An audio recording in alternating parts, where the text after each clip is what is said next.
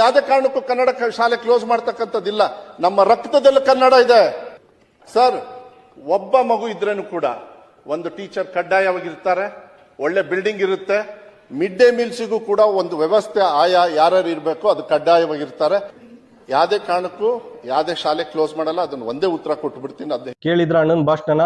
ಒಂದೇ ಒಂದು ಮಗು ಸರ್ಕಾರಿ ಶಾಲೆಯಲ್ಲಿ ಓದ್ತಾ ಇದ್ರು, ಅದಕ್ಕೆ ಯಾವುದೇ ಕಾರಣಕ್ಕೂ ಸರ್ಕಾರಿ ಶಾಲೆ ಮುಚ್ಚಲ್ಲ, ಕನ್ನಡ ನನ್ನ ರಕ್ತದಲ್ಲಿದೆ ಅಂತ ವಿಧಾನಸೌಧದಲ್ಲಿ ಕೂತ್ಕೊಂಡು ಭಾಷಣ ಬಿಗಿತಾನೆ ಈ ಅವಿವೇಕಿ ಶಿಕ್ಷಣ ಸಚಿವ. ಆದ್ರೆ ಏನ್ ಮಾಡ್ತಾ ಇದ್ದೇನೆ ಅಂದ್ರೆ, ಚನ್ನಪಟ್ಟಣದಲ್ಲಿ ಒಂಗನೂರು KPS ಸ್ಕೂಲ್ ಅಂತ ಇದೆ. ಆ KPS ಸ್ಕೂಲ್ಗೆ 7 ಸರ್ಕಾರಿ ಶಾಲೆನ ವಿಲೀನ ಮಾಡ್ತಾ ಇದ್ದಾರೆ. 7 ಸರ್ಕಾರಿ ಶಾಲೆನ ಬೀಗ ಹಾಕಿ ಒಂದು KPS ಸ್ಕೂಲ್ನ ಮಾಡಕ್ಕೆ ಹೊರಟಿದ್ದಾರೆ. ಆಲ್ರೆಡಿ 2 ಸ್ಕೂಲ್ಗೆ ಬೀಗ ಹಾಕಿದ್ದಾರೆ.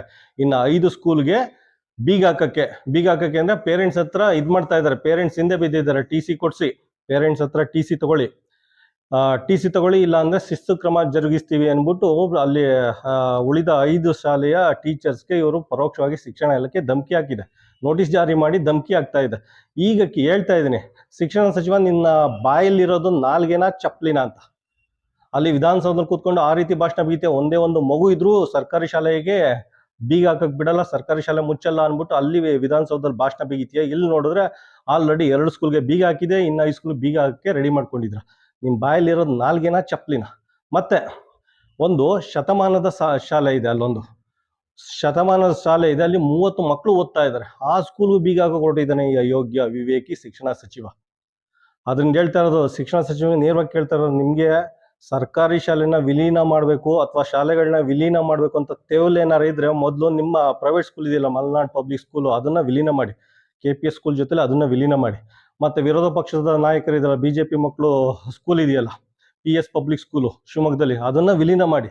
KPS ಸ್ಕೂಲು ಮ್ಯಾಗ್ನೆಟ್ ಸ್ಕೂಲ್ ಜೊತೆಲಿ ಅದನ್ನ ವಿಲೀನ ಮಾಡಿ. ಮತ್ತೆ ನಿಮ್ಮದೇ ಪಕ್ಷದ ಮುಖ್ಯಮಂತ್ರಿ ಇದೆಯಲ್ಲ DK ಶಿವಕುಮಾರ್ ಅವ್ರದ್ದು ನ್ಯಾಷನಲ್ ಇಲ್ವಿ ಪಬ್ಲಿಕ್ ಸ್ಕೂಲ್ ಇದೆಯಲ್ಲ, ಆ ಸ್ಕೂಲ್ನ ವಿಲೀನ ಮಾಡಿ. ಫಸ್ಟ್ ಆ ಸ್ಕೂಲ್ನ ವಿಲೀನ ಮಾಡಿ, ಅದಾದ್ಮೇಲೆ ಸರ್ಕಾರಿ ಶಾಲೆ ವಿಷಯಕ್ಕೆ ಬನ್ನಿ. ಅಲ್ಲಿ ಹೇಳೋದೊಂದು, ಇಲ್ಲಿ ಮಾಡೋದೊಂದು.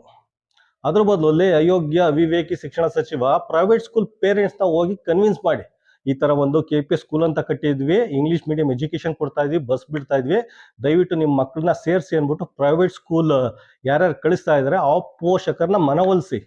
ಅಟ್ಲೀಸ್ಟ್ ಅವ್ರದ್ದು ಲಕ್ಷಾಂತರ ರೂಪಾಯಿ ದುಡ್ಡಾರು ಉಳಿಯುತ್ತೆ. ಸುಮಾರು ಜನ ಸಾಲ ಮಾಡ್ಕೊಂಡು ಮನೆ ಮಠ ಮಾರ್ಕೊಂಡು ಮಕ್ಕಳು ಭವಿಷ್ಯ ಚೆನ್ನಾಗಿರ್ಲಿ ಅಂತ ಓದಿಸ್ತಾ ಇದ್ದಾರೆ. ಅವ್ರಿಗಾರು ಒಳ್ಳೇದಾಗುತ್ತೆ. ಹೋಗಿ ಅವ್ರನ್ನ ರಿಕ್ವೆಸ್ಟ್ ಮಾಡಿ.